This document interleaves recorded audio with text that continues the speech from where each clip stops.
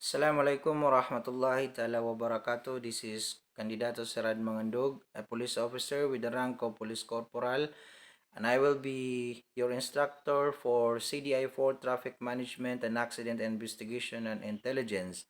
So, please be reminded that CDI is crime detection and investigation is 15% in the board examination. So, it is one of the major subject in the criminology board examination. So this traffic management is just a sub course or sub subject.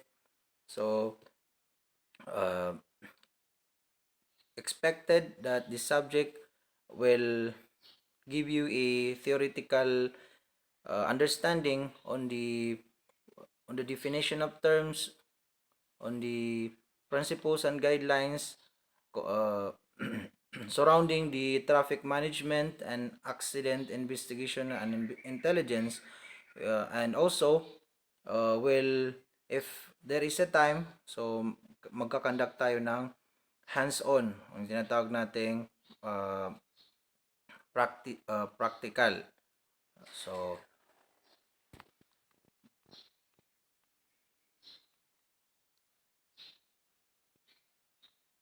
traffic management and accident investigation and intelligence. So, kapag sinabi nating traffic management, on how we will be able to uh, control, to manage the flow of vehicles, flow of people uh, na dumaraan halimbawa sa national highways, sa streets, and even yung sa mga lugar kung saan uh, hindi naabot ng magagandang kalsada. For example, so yan yung traffic management. So it includes signal lights. Sa accident investigation naman is if there are certain accidents occur in a certain highway, for example, so dapat magkakandak tayo ng investigation. Kaya nga meron tayong traffic management, traffic enforcers na mga pulis dahil meron tayong uh, ito yung pangunahing trabaho rin ng pulis, which is ang nagkakandak nito is yung HPG, which is Highway Patrol Group. So, the history of traffic. So, first and foremost, we need to understand how traffic evolves in our day-to-day activities from generation to generation. So, bakit ito uh, nag-evolve? So, traffic was a problem long before the invention of the automobile.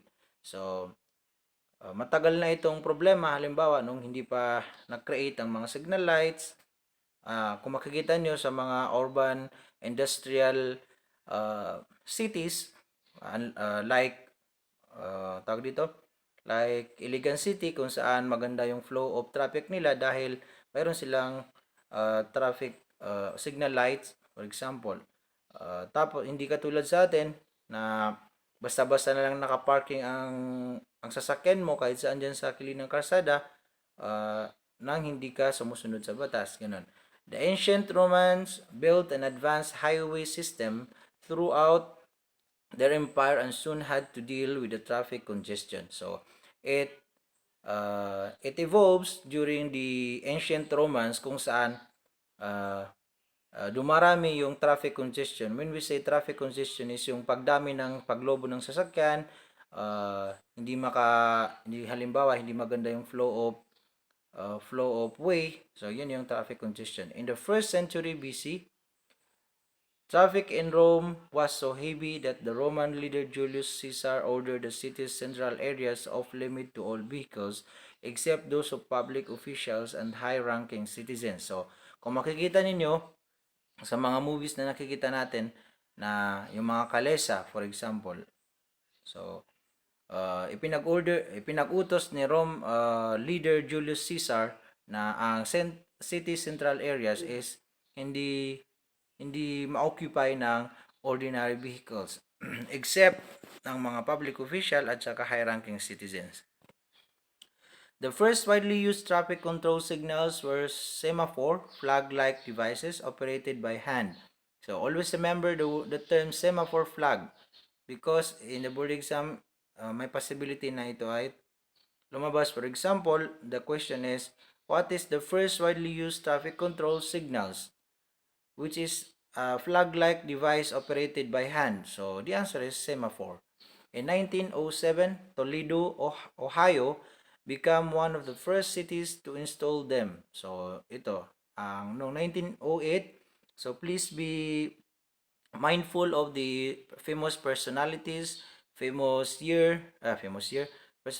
personalities, year, date, time, places na naging dahilan kung bakit nag-evolve ang traffic. During daytime, the semaphores had movable panel with words stop and go, while during nighttime, they had red and green lenses illuminated by kerosene lamps. Okay, the first electric traffic signal was installed in Cleveland, Ohio in 1914. The familiar four-way signal that we use today with its red, yellow, and green light was designed in about 120, and by 1931, traffic-activated signal were widely used. So in this subject, you must familiarize the, as I have said, the famous words na ginamit, halimbawa yung mga places, so para maintindihan natin na maayos. So early transportation. In prehistoric times, when people wanted to travel from one place to another, they had to walk. So alam naman natin na ang form ang way para makapunta ka sa isang lugar is maglakad. When they had a heavy load to move, they carry it. Dinadala ito. Then they found it was easier to drag a load on branches or sticks that were tied together. Later, they learned to build a sled by tying beams across two runners with tips of hide. Next came the letter may have been the first vehicle designed to carry people.